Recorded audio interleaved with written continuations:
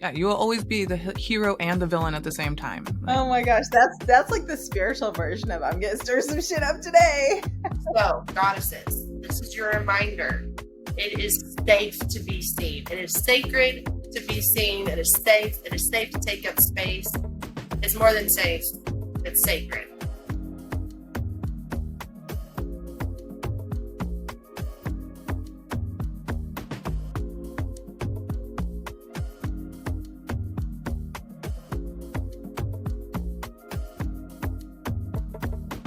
Welcome back, goddesses, to another soul-stirring episode of Going Goddess, where evolution isn't optional and choosing yourself is a sacred act. Today, we're lighting a match, walking straight into our unapologetic villain era, the era where you stop performing, stop over-explaining, and start finally choosing you. Yes, this isn't about turning cold. It's about turning on. Your power, your truth, your boundaries, and you may not be the hero in someone else's story anymore, but you'll finally be the goddess in your own. Mm-hmm. And today we're bringing in a very special guest, someone who's not only embraced their villain era, but has also built something beautiful from it. Yes, let's welcome our guest, Victoria. Victoria, thank you so much for joining us today. Would love if you would share with the listeners a little bit about yourself. Hey, thanks so much for having me. So I'm what you call a serial entrepreneur. And so I have a couple businesses all at the same time. One of my businesses, my main business is Fortuna Cucina, where I help people find the magic in the kitchen and share that with other people. I also have another venture that's really new to me. And Cherry, when you and I first met, I just had this literally I had a spiritual experience in the desert, and I realized that I need to be sharing with people this journey that I'm on. And so on my Instagram page, Next Level Alchemist, I share messages and thoughts that I have received during meditation. And the point of this is not that, oh, look at me, I'm on this spiritual journey, but for other people who want to be on that same journey too, it's like, okay, how can we tap into our inner knowing? How can we lean into that gut intuition that we all have and getting back to who we are? I love that. And it's been so fun to get to know you over these last few months and see you step into your power. Like our first call together that we were on, you were like, I just had this awakening that I needed to put myself first and forget about it. And it was like, oh, I felt that energy. So exciting. And then over the next few months, you've just been like unapologetic, burn it down if needed. And it's so activating for me and life-giving. And I think a lot of times there's this ethereal, oh, I'm on this goddess in progress journey, and it's just love and it's light and it's easy, and it's not always, baby. Sometimes we gotta burn some shit down. And I'm really excited to dive into what that means today for us, and hopefully it'll help our listeners as well. Yes, I'm excited. So let's start here. I want to ask Victoria, what does this villain era people keep talking about? What does that mean? Well, the villain era that I'm talking about is that so we, especially as women, have been trained or raised, or whatever you want to call it, to be nice, right? We're supposed to be nice and we're supposed to be pleasant. And many of us were also taught to be quiet. And I'm going back to the days of our childhood. What that results in is an adult who's highly anxious, who's hypervigilant, and who is people pleasing. And then what I've noticed is a lot of women around my age range were like, what have we been doing? What have we been doing? So that's what your villain era is. Forget the people pleasing. I don't care how you feel. What about my feelings? I'm putting myself first. And it's so it's so funny. I've heard a lot of women talk about this, and every time I post anything about a villain era, I always have someone reaching out and be like, "Hey, you want to grab coffee or something?" Yes, like we're all waking up to this, like, Right. We're all ready for it. yes, like no longer girls are sweet, boys are sour. It's like I'm the whole freaking gamut, first of all. Right. Yeah. Hmm. Yeah, and it has me thinking actually a lot about the villains in the Disney movies growing up, like Snow White versus was Maleficent, and I'm like, this woman was probably like, look at this bee out in my forest. Like, what the heck is she doing? I've been here. You know what I mean? Like, so it's such a different perspective when you Ooh, I start love to look that. at things from that perspective. Reframing the villain. Yeah. Like Ursula was just misunderstood, you know? Like I was thinking about that the other day. I'm like, how is it that she could have been misunderstood? Yeah, yeah, but I was thinking about this. that's a Oh, really that's beautiful funny. lens too, like to look at other people and that's a place that we can give others grace. Like, ooh, that girl came in strong and hot and spicy and she must be going through something and she's in her villain era, you know, It's true. or whatever that looks like. Yes. We've all been the villain and we've all been the hero. 100%. And we were Yes. like just talking about this a little bit before we got on the call of just we are the main character. I think we're going to get into this a little bit more, but like us being the main character in our story, that might mean that we're in anyone else's story we're a supporting character. And like, are you a villain supporting character in theirs? Did you choose the supporting role that you had in someone's life? Like, as we show up as main characters in our own life, sometimes that can trigger other people that we might just be a supporting role. We don't have to own those roles anymore. We can leave that movie. Yes. It's And Hmm. when we show up more authentically than we have before, I'm sure you've all noticed, like you trigger the fuck out of people. Sorry, I don't know if I'm supposed to, if I could curse on here, but anyway, you trigger the fuck out of people, yep. and people get weird, and it's a reflection of your, oh wow, this person's doing the work, like they're transforming and being a different person, and then you know it really has nothing to do with you. It has to do with the other person. But whenever that happens, I'm like, yes, I did do my work on this. Yeah. Yes, yes. Like if we're triggering people because they're attached maybe to like this older, softer version, this like picture that they have made of you in their head. This version who said yes when she meant no and made Yeah. herself small to keep the peace. And so yeah, Yeah. to me the villain era is no longer making myself small to keep the peace, no longer saying yes when I mean no. Right. Yeah, it's reinforcing your identity, your actual identity into people's main frame instead of accepting what they have a thought of you. I love it. Yes. I love that.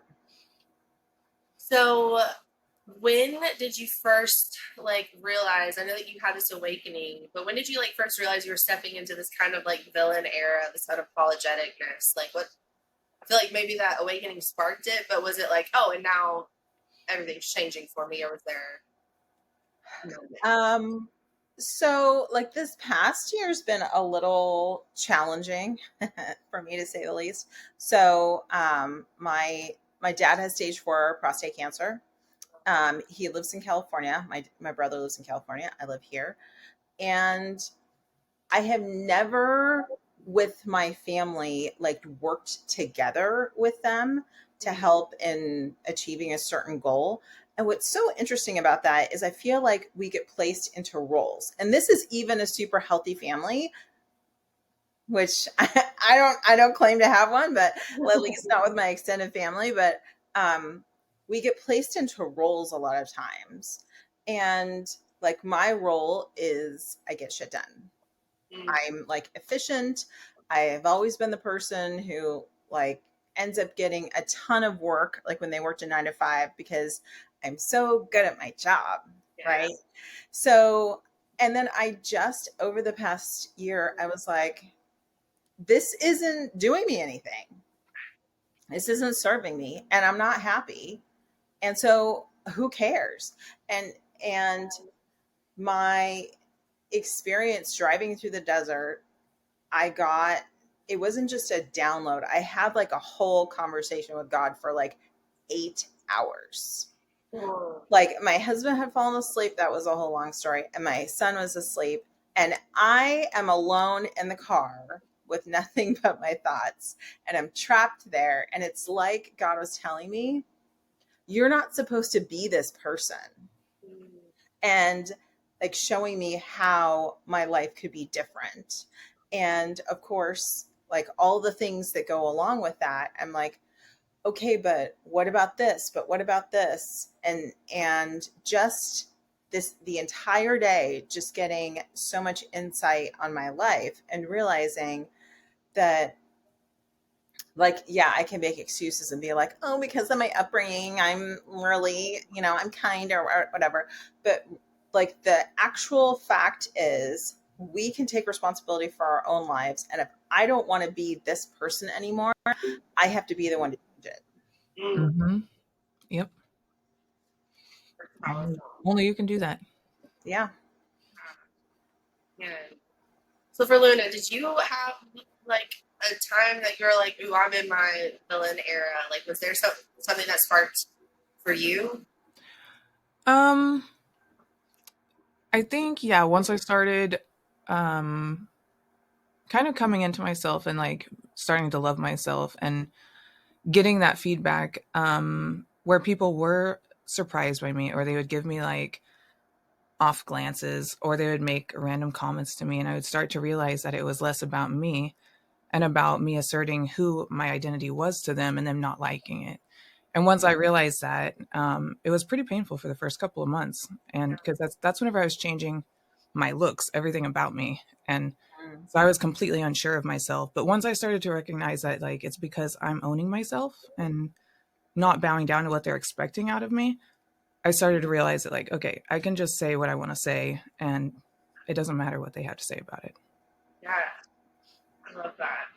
Those are Posting such. online a lot helped a lot too. What Because was that? people posting online helped a lot too, because people are mean. That's one way to like grow a thick skin. Yeah, Safely, like yeah. you can handle it. I'm like like both ways, like posting online a lot and like dealing with all the haters, but also I think if you're gonna post online, that's just something that might happen, and have a plan in place for how you're gonna deal with it. Like just let it Yeah. roll off, block those people. You don't have to respond to them. Yeah, There was a that's trend. There was like a trend going around on TikTok during the time that I was actually going through this process, and it was called rejection therapy, where there were people that were going to places. There was like one woman that I was following where she had a goal of 100 days rejection therapy, and she would just like record the whole thing, and she would go somewhere to ask somebody something that she knew that they would say no to because it was an off the wall ask. Like she'd go to an airport and be like, "Hey, can I take that luggage over there or something?" And it's not hers or something, and they'd be like, "No." And she'd record it, and then she'd be like, "Okay." But she would get better at it, and as she like went through the 100 days, she was like super confident at the end. It was really cool. that's a The whole crazy. thing. That's a Wow, that's wild. I mean, I Yeah. love it, but that is wild. I think I'm like I'm in business development, so I get no all day The no's hurt, long. but they can feel better if you hear it a lot. 100%. Oh yeah, now Yeah. I'm like Yeah. that. No, that wasn't a good enough. No, I'm gonna need a better like Yeah. more Right. thought out now. Yeah. What about you, Cherry? I was thinking about that, and yeah, I don't even know necessarily. I think maybe over like the last couple of years, like when I really dealt with like losing that friend group, and then understanding after that, oh, that's because it wasn't for me, because I'm very powerful, because I'm supposed to be on like another path right now, because like I need to be stepping into like my authenticity and my truth, and I was like living in a people pleasing Mm. way. And so maybe it was that, and then yeah, and then being unapologetic there. I have this like life thing where I want to just be able to stand in the sun and like have no shadows, like nothing that I'm trying to hide, like just stand there. I think I got that from Scandal. I think that was from like Olivia Pope, love her.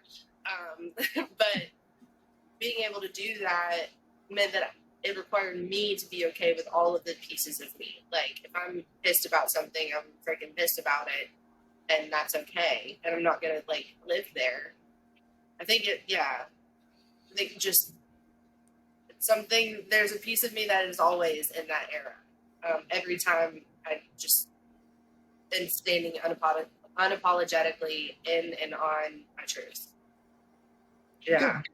yeah. I don't know. Like I don't. Yeah. And I think you become other people's villain when what you're doing and what is true to you and feels aligned, that no longer lines up with other people's expectations of you or what they want you to do.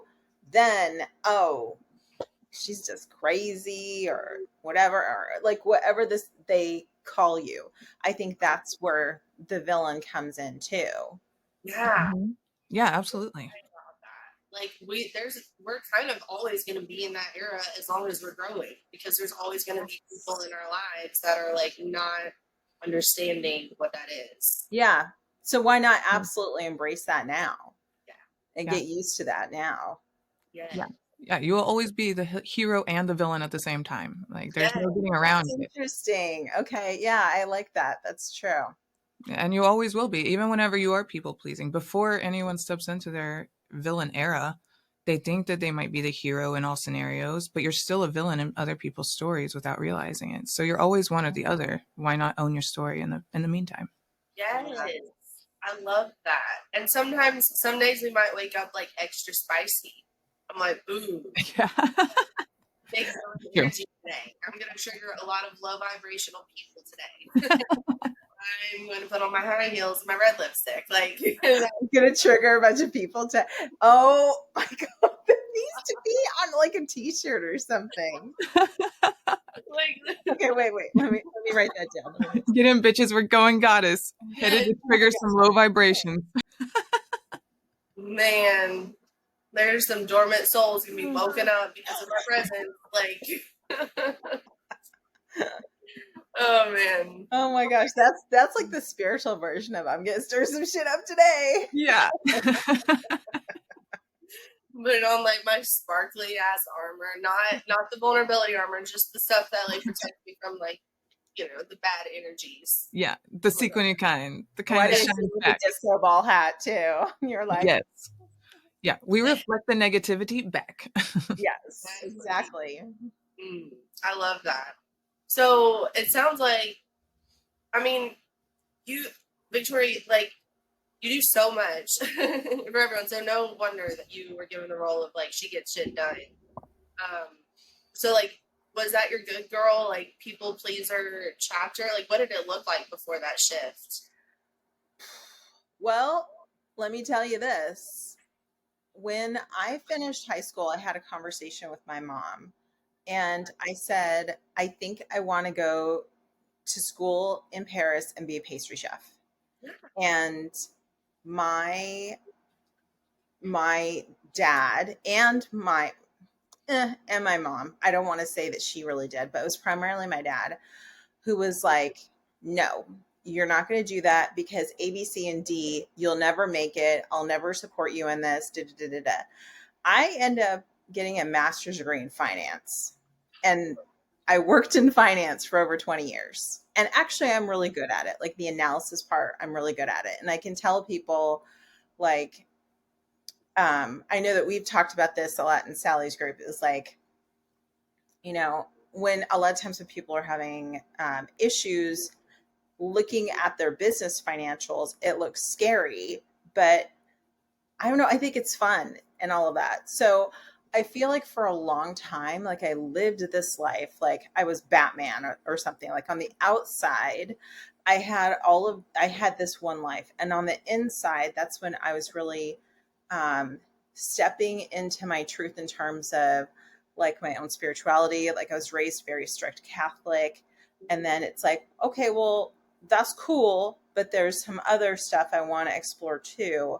So towards I want to say like 2018 was when I really started like getting into more of the spirituality aspect of it. And then thinking to myself, like, if I'm going to be really authentic, I need to let that other stuff go.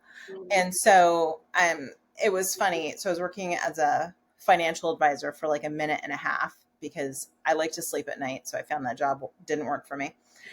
And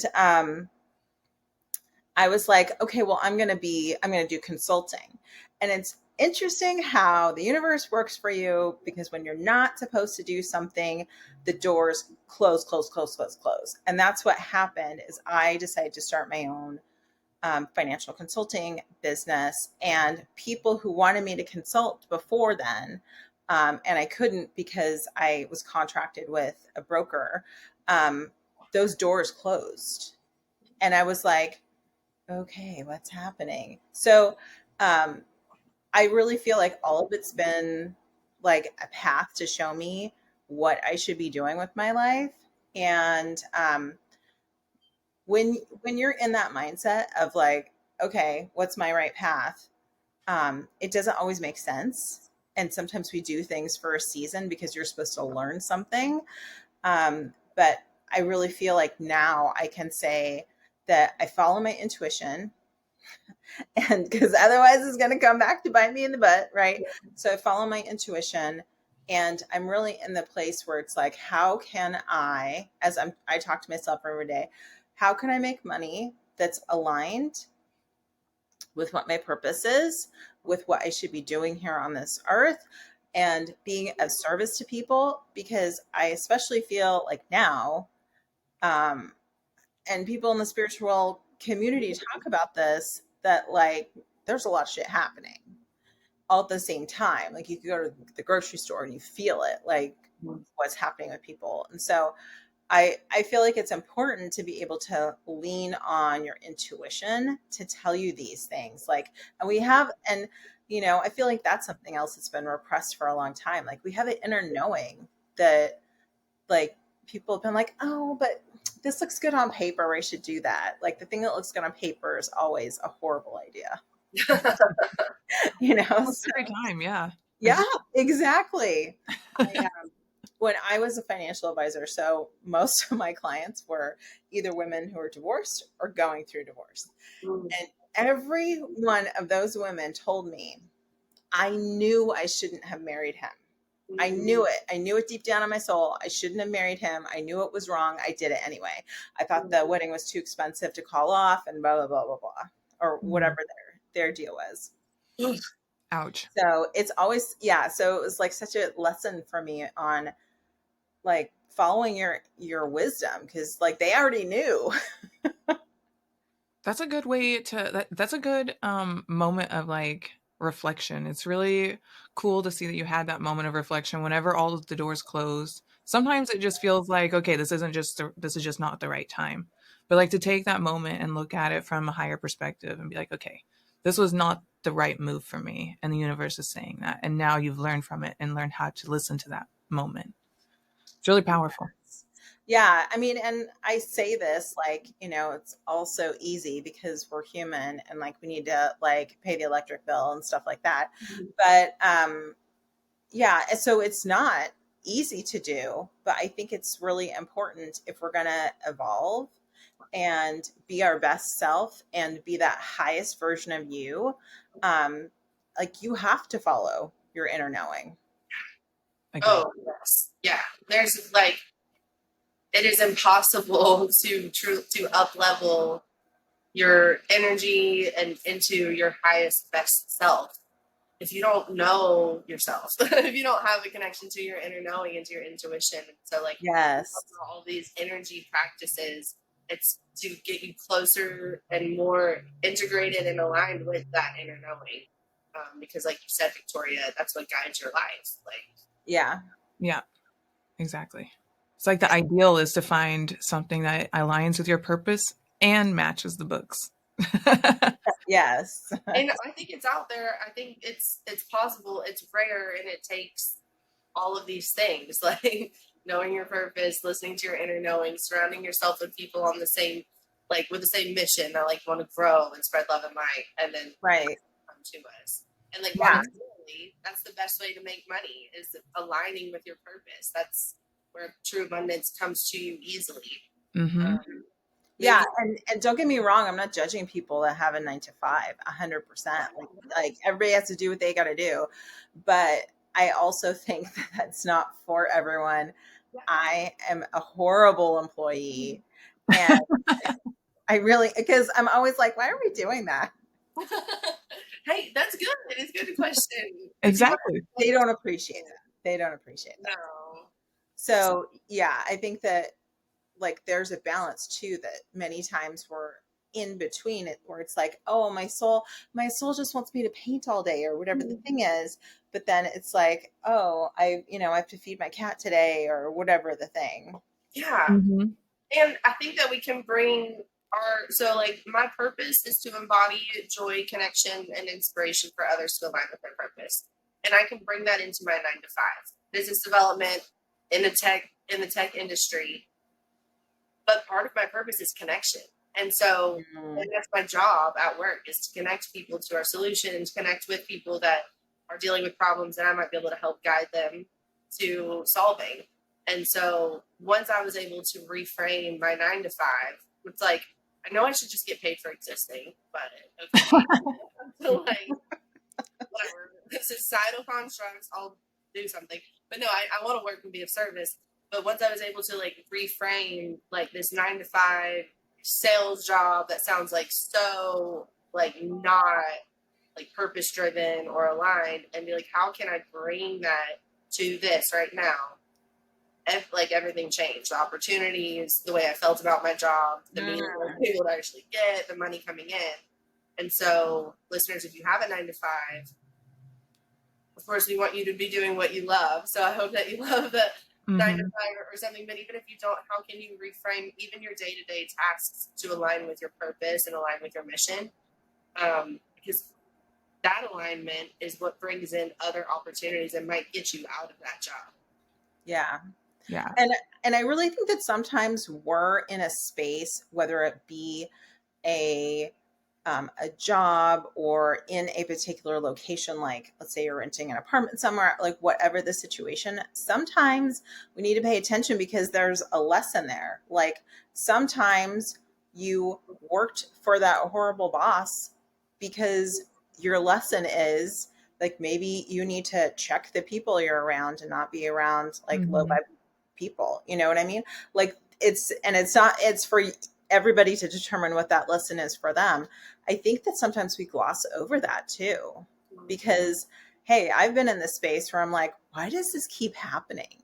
Yeah. And Mm-hmm. when you say like when you say that to yourself, like I've said it to myself a couple of times, like, why does this keep happening to me? It's like, because I didn't learn my lesson. Yep. Man, I love all of this so much because I just had this realization yesterday or maybe the day before. The day before I was getting my lashes done. You know, you have your eyes done like closed and all you can do is think. And I was just sitting there thinking about um how do I incorporate like my work into my purpose and how have I learned from it? Like cuz I almost left my job multiple times. I was just unhappy and like the billing team, it was not a fulfilling role. And then a friend of mine helped me into the role that I'm in now in customer success. And like, first of all, I'm grateful for it. But I was like, at a greater level, like I always say that my job is to make my customers successful so that I can be successful. But at a grander level, that works on a social scheme as well. Like, how can I be successful in my life to make Yeah, me successful? How can my social life be successful to make my whole successful? I have my professional me that could be successful. I have my social me that could be successful. And you don't do that until you take a look at the bigger picture. Like sit down and like kind of like journaling. I don't personally journal, but you could sit down and like put a timeline of like this is what I need to accomplish this year for me to feel like I've been successful as myself as Silver Luna. And then next year I'll work on these and to feel completely successful, I need to accomplish that. And it's kind of the same thing. I feel like I got put into this role to learn a whole new perspective that I never would have seen had I not been here. right. I love that. And every role that we're in too, you're there to be the light, like whether or not you like realize this, or we Right. think of things these like because you're like, yeah, I didn't like billing, now I'm in this, da, da, da, da. But it's like I can guarantee nobody else in billing has your style. Nobody else in billing has revived. Nobody else in billing has, you know what I mean? Yeah. So sometimes, like, I was the one that would show up to um, the meetings for financial advisors with a hot pink blazer. Like nobody else had a hot pink blazer. Love I would have looked up to you. I got such nasty looks from the other women. I was like, "You're jealous because I got a hot pink blazer." yeah. Okay, so that leads me to my next question. Like, what were some of the reactions from people around you when you started setting boundaries and choosing yourself and like Mm, that? We talked about we trigger people or like trigger yeah. people, but what does that actually like look like? So one thing that I found is so interesting. So I had a whole friend group disappear last year.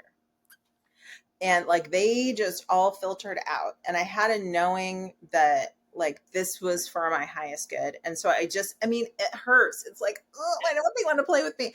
But at the same point in time, I'm like, okay, they're not meant for this journey. So I just kept saying thank you. I just kept being like, thank you. I know that you have good people coming into my life. Thank you for looking out for me, you know. And shoot, I got off track and now I can't even remember what your original question was. Sorry.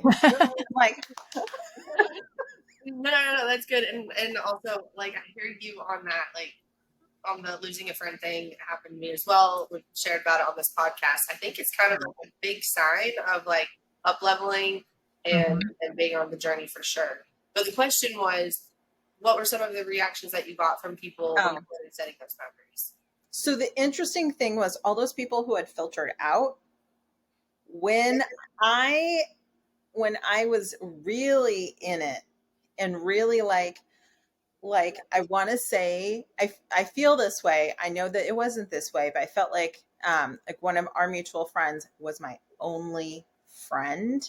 I felt like she was the only person aside from my husband who's spectacular, but I mean like after a while I'm sure he's like I don't need to hear about another crystal or whatever, you know what I mean? So what's interesting is I was like, well, then it's my time to go within. Every day, I was like, going to have my hour long walk. I'm going to see what downloads I get. I'm going to pay attention.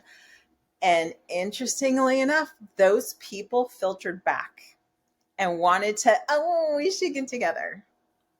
And I was like, oh, that's okay. Because, I'm like, Good.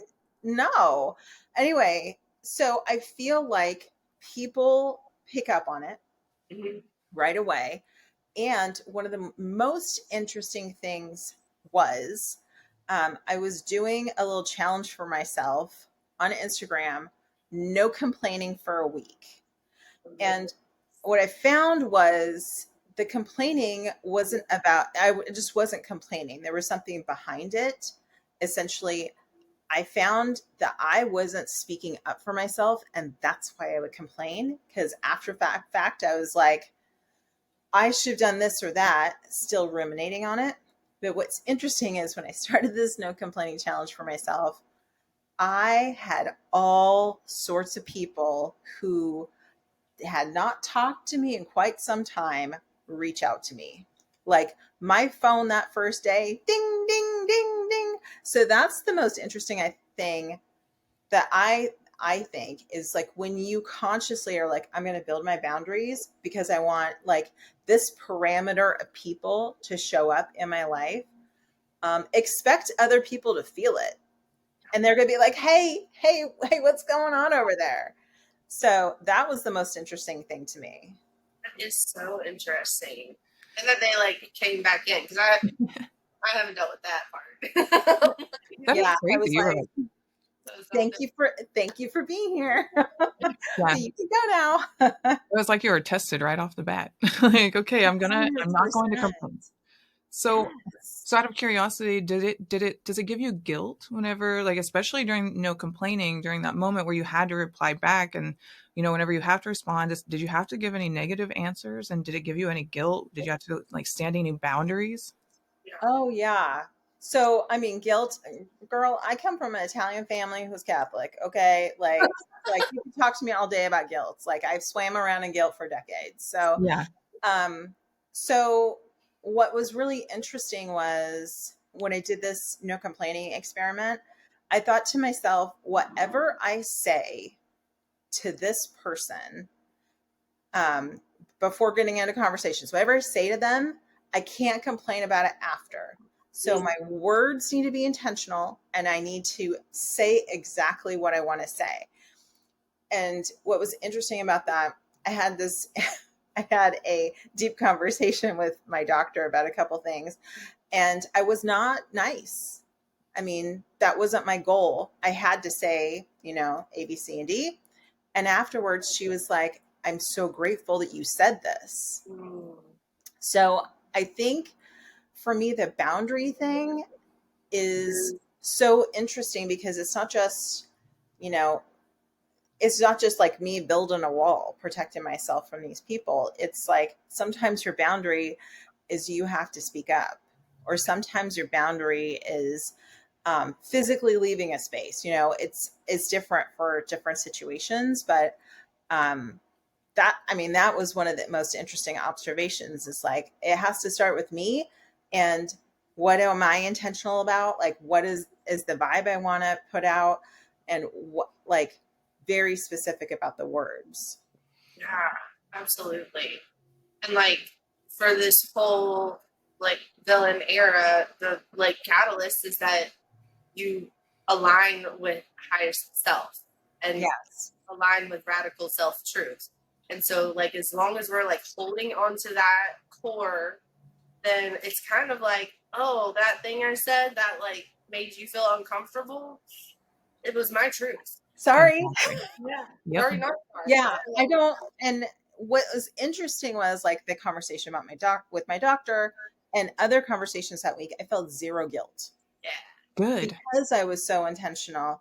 And I think that when you feel guilty about things that you say, it's because you let it bubble up and fester. And then you're like, "Ugh, I hate your hair color." Like, whatever the thing is, like, your outfit's ugly. You know what I mean? And it's not what you wanted to say. Something else comes out. So I think when we're really intentional, I think there's no guilt there. Yeah. Completely agree with you there. Totally agree. I'll say I think I felt maybe it wasn't guilt. Maybe I don't know what it was, but there was something I had to make a hard choice with a friend that, or I guess like an ex friend now. But I felt like they were really gaslighting me, and I was like, I have no space in my life for gaslighting. Like, have a good life. Hope that you do well. Mm. And like for a while, like wrestled with that of just like, should I go back in? Should I try to? And it's like, no, there was something that happened over a span of days where it was continually like gaslighting and ghosting and pushing it back on me. And if I did feel at first I felt some guilt there. It's like, well, what role did I play in all of this? And then working through it and reattaching to highest self, where it's like, no, that wasn't, you weren't being mean to that friend, and removing that friend from your life was not like that was for your highest good. And you have your boundaries are skin tight.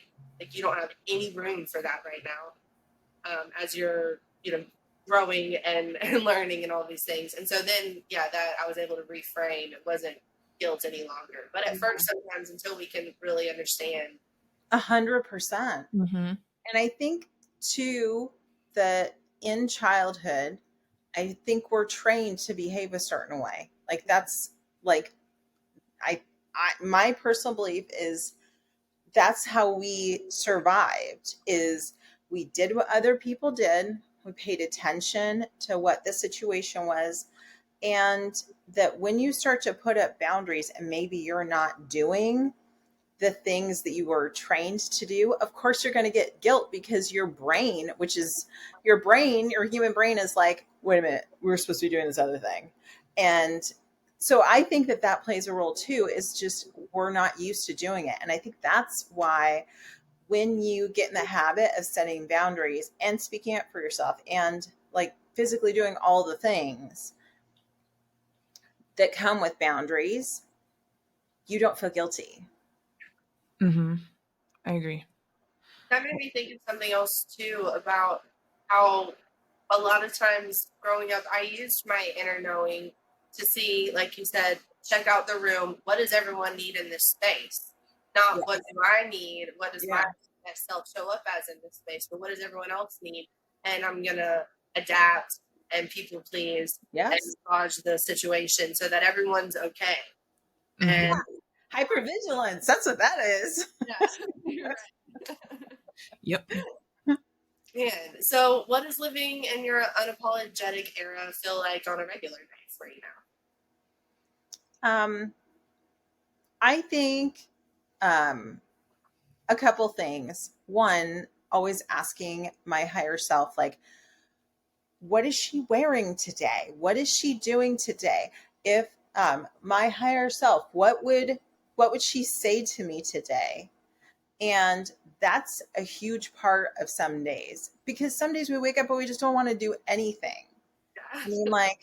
like call it you're on your period, call it you're just feeling depressed, like anything, you just don't feel like it. And there were a couple of days last week where that's how I was feeling, and I go, get some lipstick on your higher self and be like, girl, we're gonna work on work, and that's so I think that's one of the most important things that you can do is and it sounds weird for people. They're like, tap into your highest self. Yes, your highest self that has everything that you wanted in life because they already have it, and we're going to rely upon their knowledge, right? That's one of the most important things for me. And then also, I would not, I don't think that I would have gotten here without what I call DIY therapy. and and DIY therapy is, there's a couple of people that I watch on YouTube that talk about the toxic family system and the roles that we have been taught to play. And one of my favorites is the crappy childhood fairy. And like, she's amazing. She's written some really good books, and she talks a lot about nervous system regulation, because especially when you're a kid and you have all these expectations, you're like you were talking about, like hypervigilance and having to read the room and stuff like that. So I think learning about who you are and where you come from, what did the training or the programming or your childhood, what did it tell you to do right now, and how is that different than the person that you want to be? And I think that's really an important thing that a lot of people don't talk about. Is that, like, some of us go through childhood unscathed and some of us do not. And I think I, I'm at the point where I don't want to talk with one more therapist about anything, but tell me what work to do on myself. Like, Yeah, tell me I'm a journaler. So tell me what to journal on. Tell me, like, go talk to my inner child about whatever. And I think that's really important too, because it's that programming that holds us back from being our best self, because we hear the voice and, like, who are you to do this? you know, Hmm. or how, you've never done that. How would you know how to do that? yeah. Yeah. You What do know? you listen to for your DIY therapy? Do you use like YouTube or Yeah. podcasts? So YouTube, I like Crappy Childhood Fairy. There's a guy named Patrick Tihan. I don't know how to pronounce his last name. And there's another guy I like named Jerry Wise. And they all talk about similar things in that we're raised in a family structure, and either it has worked for you, it's benefited you, like maybe your family is like this beautiful picture perfect Hallmark card of a family, and a lot of people didn't grow up in that, and what can we learn from that and how can we improve? And I think that's the key, though. Like, I could sit in a puddle all day and talk about how, like, my butt's wet, or I can be like, okay, I fell in a puddle. I'm going to get up now and, dry myself off, and we're going to move on. So Yeah, Hmm. that's what one of the things I think is really important that I've been doing. I love that. It's like a big part of the villain era is taking accountability for your life, for Right. like the places where people made you small, identifying those and showing Yes. radical self authenticity, self Yeah. truth. And if we really want to take responsibility and we were an adult and that person who made us feel small, how did we how were we implicit? Complicit, no, sorry, complicit is the right word. How are we complicit in that situation? What did we do? What do we need to change? Like, I Mhm. think that is like, for me, really saying, I deserve better than this situation that I'm in. That's great. That's fantastic. I hope we all can get there. But then it's saying, I'm never going to put myself in that situation again. And that means when situations come up or when people misbehave in whatever way that they're going to misbehave, then I have to change what I'm going to do. Yeah. 100%. That's one of my favorite quotes for like checking myself on where I'm at if I'm upset about something is like, where was I complicit in creating the situation I said I wanted no part in? Mhm. Where did I play into that? And even like as a kid, maybe like I learned that if I did good things, I got good things. And like so if I did more good things, I got more love. And that's how like love is given to me. And as I've gotten older and understanding that I am worthy of love just as I am, now I have no excuses to like that. And so if I do that or there is a situation that comes up, I'm like, oh, I know how to behave in that because that's gonna make everything okay. Like then I need to look at myself and where that's where I was complicit in creating a situation. I said I didn't want any longer. Yeah. I think I That's good. turned over there, but yeah, I landed it. It's so good. Yeah, it's great to be. It's a great quote to keep yourself accountable and actually reflect on your actions and know to make differences and changes in your future actions. Totally. And when we're triggered, like that's Mhm. another good time. Like, okay, first you're triggered by something, so now you need to remove yourself from the situation so that you can work through those like activated emotions. Once you've Mhm. calmed down and gotten back to another place, we don't get to say any longer, and I'm not letting myself say any longer, oh, that person just triggered me or that situation just triggered me and I'm done with it. No, it's up to me to go back and why was I triggered by that? That situation needs to be able to happen and not trigger me because I know how to respond to it out of love, out of truth, and I know why I was triggered in the first place. Triggers are moments for us to reflect for sure. Triggers are more limiting beliefs, just Yes. like imposter syndrome. Same thing. Triggers and imposter syndrome are two, they go hand in hand. I love that. So when something comes up and you are triggered, what are some questions that you ask yourself about the situation? Where do I feel unsafe in my body? Because it's like it's a safety thing Mm-hmm. usually. Like no matter if like fear or sad or mad or any of that, like where am I feeling it? Why am I feeling unsafe right now? Is it because I'm actually in an unsafe situation? Or did that person say something that hurt my feelings that needs to be reparented? Um, is that sorry, I forgot your question. Yeah. What was your process when something comes up that triggers you? Yeah. Well, first I need to get myself clear, calm Yeah. myself down. So whether that's going for like a walk or taking a nap, and then coming back and reflecting, where did I feel that in my body?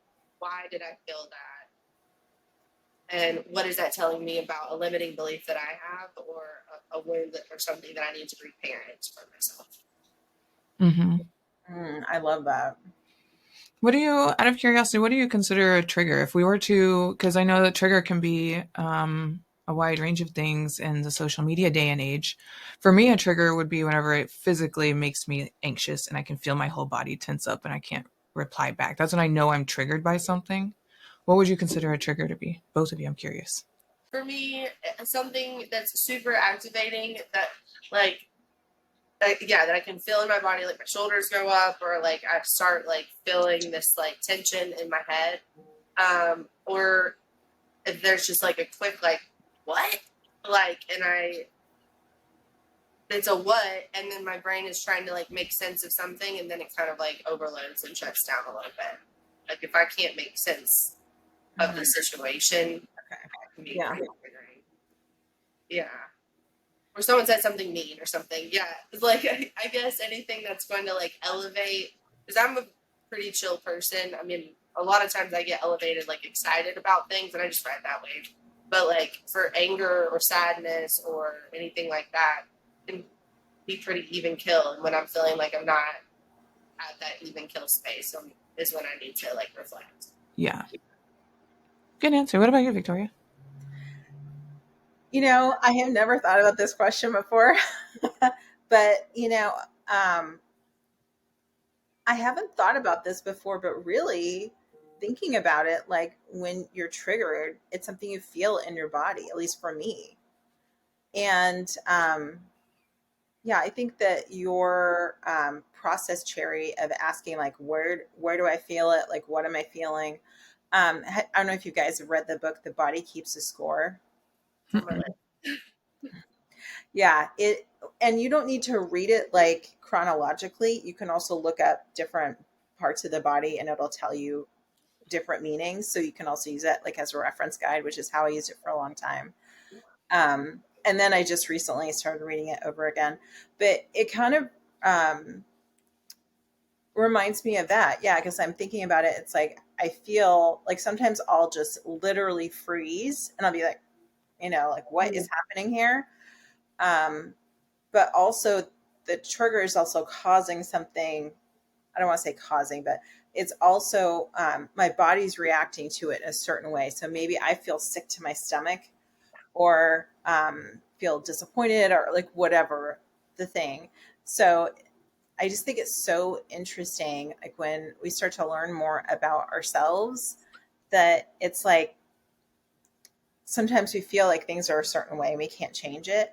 But if triggered is a feeling in my body, then I feel like, okay, I that's not always going to be that way. Like grief, for example, I lost my mom. It's almost 20 years ago now, and like the grief was so much at the beginning. She was like such a sweet soul, and then it's different now. And so I think about like things like that. It's like how your body reacts to things is different now versus a couple of years from now, even. So Mhm. I hope that made sense. Yeah, no, Yeah. that totally did. Something that made me think of was triggers. What is a trigger? And it's like, oh, it's the fight, flight, or fawn response. It's not, oh, I just didn't like that. Like, because the fight, Yeah. flight, or fawn is what we're wanting to heal those places. You don't necessarily need to heal something that you don't like. So, like, when someone's like, oh, that triggered me, I really didn't like that. I'm like, you just didn't really like it. Or did it actually bring out a physical reaction of like people pleasing or wanting to fight, or you need to get out of that situation immediately? Yeah. Good Yeah. analogy. Thank you. Yeah. That's That's interesting. true. Yeah. And I think too that like, I mean, the whole thing about a trigger is it's a remembrance of something that happened before, right? Like very infrequently are we triggered by new things, Hmm. you know? Like I've never I don't know that I've ever had eel before. I don't know that I'd be like, "Oh, I'm triggered by the eel." You know what I mean? Like Yeah. Yeah, that's so true because it's like, oh, I'm triggered by when that person ignored me because I felt ignored my whole life. Right. yes. Maybe Like a my familiar, it's like a familiar feeling. Right. yeah, And, Yeah. triggers are a way that you can unintentionally become someone else's villain without meaning to. Mm. What, because you trigger them? Yeah, Yeah. exactly. Yeah. Maybe you did something not responding in a timely manner on accident. That's something I get a lot if I get a message. I I think I told Cherry this not that long ago. I got blocked by like three different people. Like I wasn't responding in a timely fashion, I guess. Like they would message me. Oh, I talked about selling feet pics.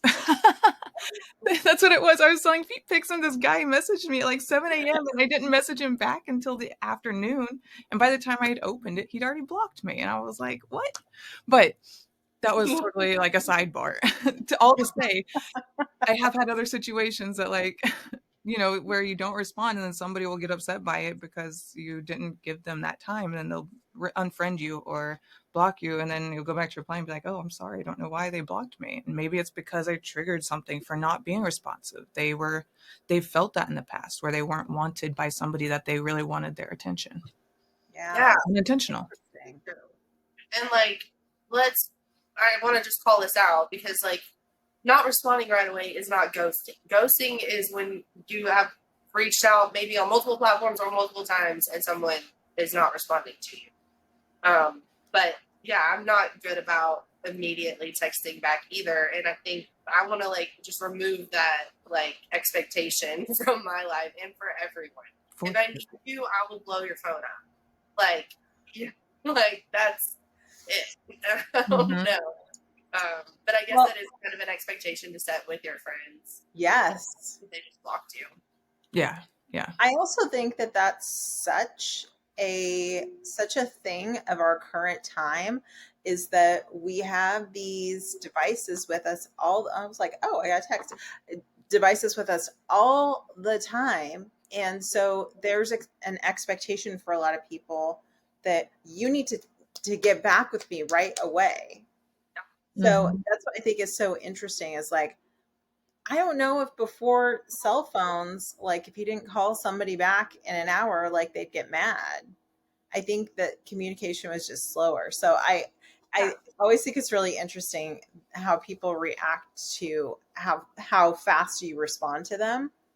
And I say this, but then part of me sometimes is like, especially I'll tell this to my husband. I was like, I sent them a text an hour ago and then nothing. Doing Same. that. You know what? If you're someone, this is for our listeners, because some of us might be at a place where it's like, hey, it took a lot for me to send you a text message, and I really do need like some response back. So, friend, like, I'm just someone that needs a response back within 24 hours. And so please do that. Like, set the expectation, guys. I think it's okay. There's nothing wrong with saying that. Like, it doesn't make you a weak person because you need a response back within a certain amount of time. Like, I think it's unreasonable to expect 5 minutes, but just set the expectation. And if that other friend can't meet that, that's okay. Now you know. Figure out a new way to communicate. If anything, it's a stronger friendship bond because now you're on the same page. You're more aligned. Yeah. Yeah. And Yeah. there's times in your life where you might be like all about getting back to everyone off the bat, even, just all of it. And then there are times where life is busy and sometimes communication can just seem like too much. When I'm going through big transitions or hard things like emotionally, I'm off socials. I'm like, I will have 20 messages that I'm like, I cannot respond to these right now. Yeah. And that's okay. And hmm thankfully, I have friends that understand that and are okay with it too. Yeah. And I don't know if you ever do this, but sometimes I'll read a message and I think that I've responded in my head.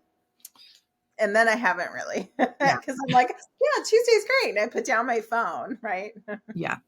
And then it's Tuesday, and then it's like, oh, they're like, are we doing this? What's happening? Why aren't you here? Yeah. Oh, that's fun. So, Victoria, question.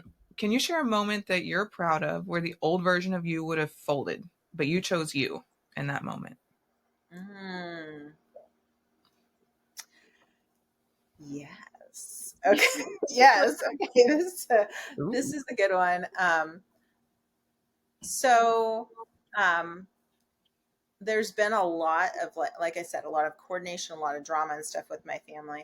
So my stepmom will occasionally she will message me and she'll send me an email and she'll be like, I need A, B, C, and D. Like she sent me an email before my last trip out there and she goes, I need your driver's license number and your birthday. And I'm like, Okay. why? Like I just think it's, I should be asking why to Yeah. these questions. I mean, I'm like, someone could have stolen your phone. I don't know. What is this all about? So, she asked me for some information that was very not important, like what was my grandmother's birthday or something like that, that my dad had not asked me to answer. And I don't know why she's emailing me. And the whole thing was like, I could email her back and then she could email me back a snarky response and then we could go back and forth, or I could just forget about it. And I chose door number 2 and I haven't heard anything about it. Like, that's okay. Those are my favorite. Yeah, because I'm like, I don't know why you need this information. It's really weird. Just out of the blue. And I think I think that people do this. I think that sometimes people are like, I need A, B, C, and D, and then, or they'll reach out to you about something, and then it's not that important, but they want the response, and maybe the response is important to them. You know what I mean? I think it's almost more of an energetic thing Mm-hmm. where it's like, I wanted you to respond to what I was doing. Anyway, so yeah, that's my new thing is it's like, well, um evaluate my options, like how am I going to respond to like whatever the thing is, and yeah, see what feels best. And in that moment I was like, what email? Yeah. Yes. That is a I love funny request. It's just, it was really strange. I was like, this is going to be a really long conversation about like, why do you need this information? I have to go on to ancestry.com to get it and like do a bunch of digging around. It's going to cost me money. I mean, not money, but it's going to cost me time, right? You know, Yeah. so, all of it. Well, Good good for for you. you. Yeah. yeah, I felt really good about it. What about you, Silver Luna? Do you have one? How about you go first? I'll think about mine. Okay. Never mind. So so a friend and I were talking, and I asked them a question, and they were like giving me little bits of the answer, and like I get triggered by like if you don't answer my questions. Now I'm working through that trigger of like I am worthy of answers. I'm worthy of the full answer. But it just felt like they were making me work for it, and I stopped instead of like getting pissed or ignoring it or just letting it happen. Was like, hey, I need you to know that the way that you're answering this question for me is really triggering because it makes me feel like I'm not worthy of the full picture here, or I need to work for an answer when I think I'm just worthy of having my questions answered. Mm-hmm. I don't think this was like your intention, but I need you to know that's how it's making me feel. And they were like, holy shit, I'm so glad that you said that. That was not my intention. And I don't want to be that person that like just like drips information to people and makes them like work after this carrot that's like, bro, just share knowledge. But we're all worthy of having our questions answered. And if you have a reason to not answer my question, I'm down for that reason. Like, let's Yeah. talk about it. But yeah, needing to stand up there. Ooh, that's good. I hate when people try to make you work for their friendship. It's so unfair and unbalanced, and it feels like ego. Yeah. Um, so Why I should I think, work for it? Pay for it? yeah, right. So I think mine would be actually yesterday. I met somebody at an event that we went to, and whenever I was introducing myself, I said, "Hi, I'm Silver Luna," and then he told me his name, and I was like, "Oh, that's cool." And or he said his name, and I said, "I'm Silver Luna." He said, "My name is so and so," and he gave me the full name, and I was like, "That's cool." And he was like, "What is your real name?" And I was like, "Does it matter?" And he said, no, I mean, I'm just curious. And I was like, okay, I'm just curious too. I was wondering why it matters really because I don't really go by that name. And I did tell him my real name. I was like, my real name is this, but I mean, usually that's my work name or my trouble name. So I go by Silver Luna, but nice to meet you. And then we had a full conversation after that. And like got to know each other. At first, I thought I was kind of being the villain. I thought I was being kind of mean. But then it felt really good. Like, why are you asking me for my official government name? I didn't give you that. That's not what I want to be identified by. Yeah. Man, good for you. Good for you for being direct and standing up for yourself there. And that's like another thing that's like women being direct puts us in a villain category. Mm-hmm. I'm like, bro, I just said that directly. I didn't say it Yeah. flowery and I didn't say it to make you feel better. I said it the truth, what it is, bluntly, and maybe assertively. like fuck it, maybe aggressively. Feel Mm-hmm. like, but directness is like so off-putting to people. Men can be so direct, and we're supposed to just like, oh, you're right, and So annoying.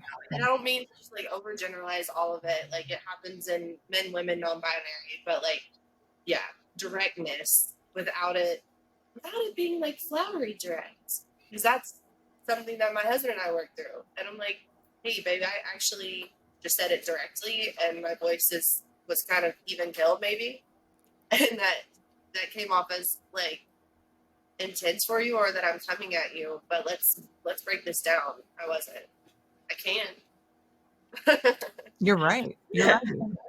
Directness does seem to be a trigger for a lot of people, Mhm. especially when it's strong women. In my experience, I found any time a strong woman is direct, it does come off as a villain move. Even Yeah. though a lot of the time they're just speaking their truth or setting their boundaries. It's not rude, it's not mean. Or you're the bitch, right? Right. Exactly. Yeah. Like, especially in a corporate setting, so and so, she's such a bitch. And then it's like, well, maybe she's just pissed that y'all haven't done your job. Right. Maybe she's just fact based and not here to like make you feel better about the facts. Maybe she's just here to deliver them. Like, Yes. Exactly. you know, like that's Yeah. such a thing. Like women, like we're so tactful and like so much to make what the truth is like go down easier. And I think villain era is no, I'm just my truth is here, and if it's too much, you can choke on it. But that has something to Yeah. do with me. But Hmm. that whole sugar coating that you were just talking about, isn't that exhausting? Oh, Yes, yes. Isn't that so exhausting? Like, why do I have I to don't do get that? paid more to sugarcoat my shit. So Nope. like, I'm not bringing it back to everything has to be paid for, but I'm just like, what am I willing to expend my energy on? Yeah. And like, I am kind. I'm a kind person. Um, but I'm also not here to like make everyone feel okay Yeah. Yeah. or wake people up. Yeah, you're right. The cost is your energy. The cost is you taking time to do something for somebody that is, like you were talking about earlier, by people pleasing and by giving them that thing, sugarcoating it, you're taking away that lesson from them. That's a Mm, lesson that they need to learn. yes. I love that. Yeah. Again, yeah. So listeners, I heard this thing on a podcast, and it's like when we people please, when we act in a way so that we're not disappointing someone, and it's not aligned with our truth or our highest self, our best self, and we're doing it anyway, we are taking away their potential karma, their potential lesson of what it's like to not get something that you want from someone, or how to understand no, how to take a no gracefully. Hmm. That's a lesson to learn as well. Like Mm. I've had to learn that. Like, what do you mean Yeah. no? Like What Yeah. do you mean now? you don't say that to me. And yes, they do. And I learned to take it. But again, in sales, different different thing entirely. But let our nose be nose, yeah. And it's okay to take those. What about you, Victoria? What would you say to someone listening who's like afraid to disappoint people or lose relationships by stepping into their power? Yeah, but have you lost yourself in the Mm-hmm. process? Ooh, yeah. Like we should be the most important people in our lives. Yes. Without me, I wouldn't have life, right? So I should be number one. And that's the thing that is so like a little bit frustrating about being a mom is, and maybe this is why I didn't have like a whole lot of mom friends for a really long time, is like the kids were always number one. And then I'm like, the kids are along for the ride, and so my husband, I used to always say, like, well, what do we want to do for XYZ holiday? They're just along for the ride. Like they're just coming with us. And what's so funny is now that they're older, my youngest just turned 15 and then my oldest is 23, they still want to come along for the ride, which is funny. My husband and I are like, let's go on a weekend trip just for us. And they're like, oh, where are you going? Where are you going? Like, That's so fun. It really is like if you're successful, your family will be successful. If you're happy in your heart, then you'll make your family happy because you're providing an aligned life for them. yeah, 100%. Yeah. Like, what kind of kids do you want to raise? People pleasers or people in there that take care of themselves first and that see their parents taking care of themselves so well because and they're able to take care of their kids so well because their cup is full and they Exactly. didn't pour it all out, just for their kids. Because then also, what kind of kids is that raising? Right. I know, right? Yeah, because they don't pay attention to you for anything. What you're saying, that is, they pay attention to the behavior, and that's what they're absorbing.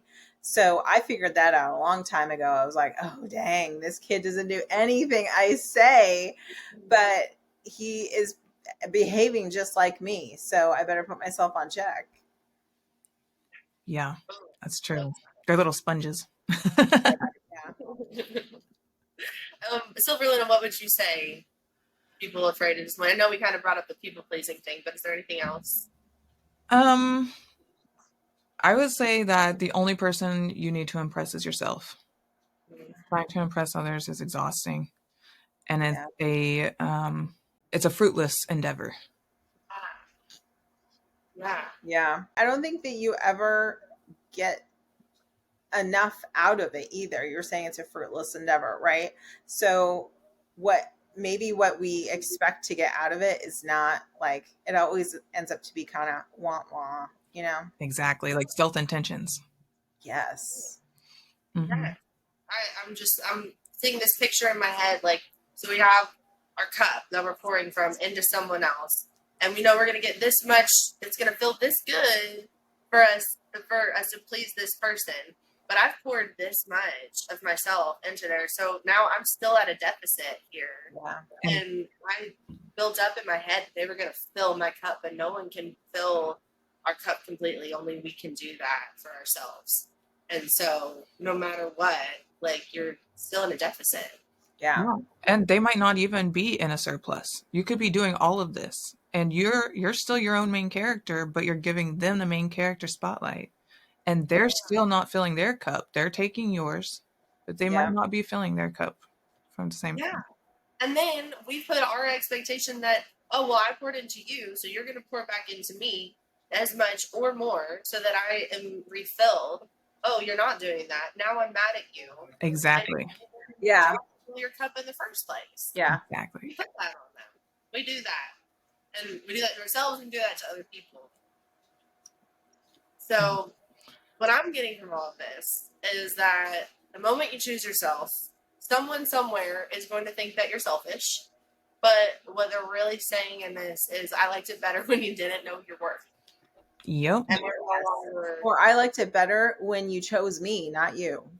yes. Mm-hmm. Ah, yes. But you are never too much. You're just around people who wanted you to stay small.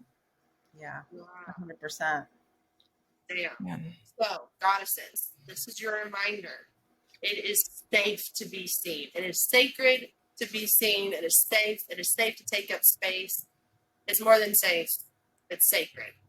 And And encouraged. and highly encouraged. And we beg of you, please, Yes. please show up as your best self and just show up. Take up space, be seen, unapologetic truth. Mm-hmm. Yes. Please. And before we wrap, Victoria, we'd love to close with a new favorite ritual, the Goddess Oracle. Ooh, okay. No. Tell the listeners, what is one Goddess Oracle that you would like to leave the listeners with? Some piece of advice that you want them to take home today. I think that you will never regret learning more about yourself and investing in yourself. And when I'm saying investing in yourself, you don't have to go buy another self-help course, but just just listening to what's going on with you. So, we were talking about people pleasing before, and how we're feeling things in our body. You could take a hot minute and figure out what's going on with you. That's investing in yourself too. You will never regret that. That's, So good. Yeah. that is so good. Okay, I have a question. Or will you complete this sentence for us? Okay. True goddess never apologizes for blank. Oh, there's so many Yes, things. there are. Oh, a true goddess never apologizes for being who she is. Mhm. And meaning that, like, maybe you're a truth teller. Tough toenails. You're a truth teller and you're going to tell it like it is. You know what I mean? Yeah, Maybe you're this type of person over here, or that type of person. The result of who you are, you should never apologize for that. I love that. Agreed. In all shapes and forms of it. Like, if today you're angry goddess, stand in your truth. Because there's a lesson to be learned in that emotion. Like, if it's today I'm sad goddess, going through a lot of shit.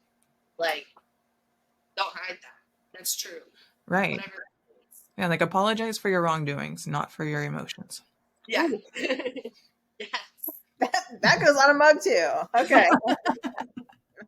Yeah. That's the only thing that we should be apologizing for ever Yeah. is when we've done something wrong to someone else. Girls, don't get me started on that. Even when some random dude runs into you at the grocery store and then you're like, oh, I'm sorry. But he was clearly not paying attention to where he was going. Why did you do that? That was his wrongdoing. Yes, 100%. Like, oh, you're sorry for doing that. Just apologizing for other people Okay. too. Hey, you know what? Sometimes the goddess journey is a little delulu. And so if you need to apologize to yourself for other people, like, oh, that person is so sorry that they said that rude thing to me. Whatever you I gotta do. just I just say, like, I'll just say, oh, excuse me. Mm, Yeah. Excuse me. Like, yeah. excuse me, why are you in my way? And honestly, I'm Yep. like, oh, excuse you. Yep. I know. That's the kind way of doing it. That's so true. I love that. True goddess never apologizes for being her true self. Yes. Damn straight. Mm-hmm. Well, listeners, we hope that this episode gave you permission to stop being the peacekeeper and start being the powerhouse. Yeah, your villain era isn't about destruction, it's about liberation. And if that makes you the bad guy in someone else's story, maybe you're never meant to play a supporting role in the first place. Yep, that's right. Victoria, thank you so, so much for your wisdom, for your messages, for your unapologetic truth that you shared with us today. I'm so glad you're in my orbit, and I'm so glad that the listeners get to hear from you. Yes. Oh, thank you so much for having me on this week. And I'm so excited to be seeing you guys in person later this week. Yes. Now, if people want to keep up with you, where are the best places for them to follow you and support you? So the best place to follow me is if you like more of the spiritual vibe. I'm on Instagram. It's Next Level Alchemist. If you want to hear about my love is food stuff, it's Fortuna Cucina LLC. Love that. We'll definitely include all of that in the show notes. And something fun about your cooking videos that I've seen so far is like the badass shows up in it. You're like, oh, you want to learn how to do this? Okay, well, I'm not here to teach you how to do that. I'll teach you how to do this really well. Like, oh, I'm here to show you, like, I don't know, it's just spicy too. And it's, yeah. I had someone comment on that this week, and he goes, "Your videos are more authentic. I like it." And he goes, "And you cuss a little." And I was like, "Yeah, I do." That's so fun. And create space for people to show up authentically. So thank you. Keep it up. Yes, thank you so much, Victoria. And goddesses, as always, stay radiant Stay empowered and keep going, going goddess. goddess.